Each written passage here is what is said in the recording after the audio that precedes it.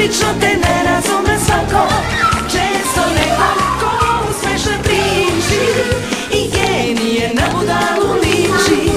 Nikom nije na početku lako, obično te ne razume svako, često nekom ko u smešnoj priči i genije na budalu liči.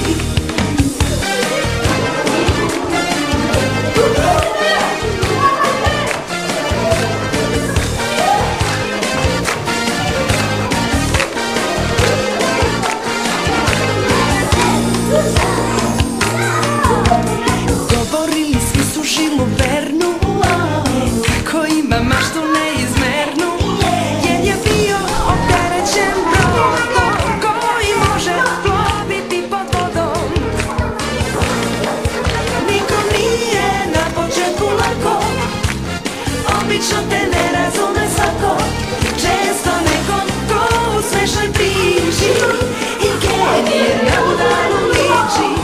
Nikom nije na početku lako, obično te ne razume svako.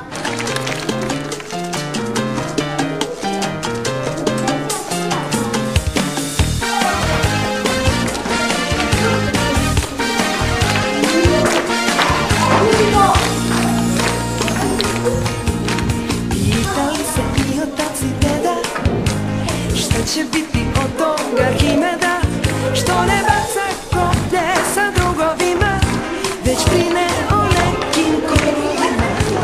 Pričali su sa Isaka Njutna, je pametna omutna, jer razmišlja kada je Bogu dane, što je pala jabuka sa grane. Nikom nije na početku lako, obično te ne razume svako, često nekom ko u smešnoj priči i genije na budalu liči. Nikom nije na početku lako, obično te ne razume svako, često nekom ko u smešnoj priči i genije na budalu liči.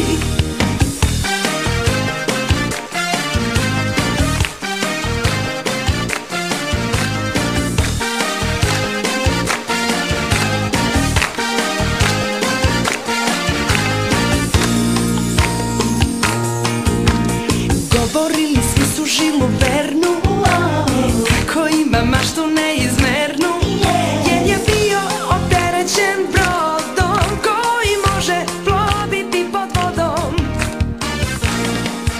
Nikom nije na početku lako, obično te ne razume svako, često nekom ko u smešnoj priči i genije na budalu liči. Nikom nije na početku lako, obično te ne razume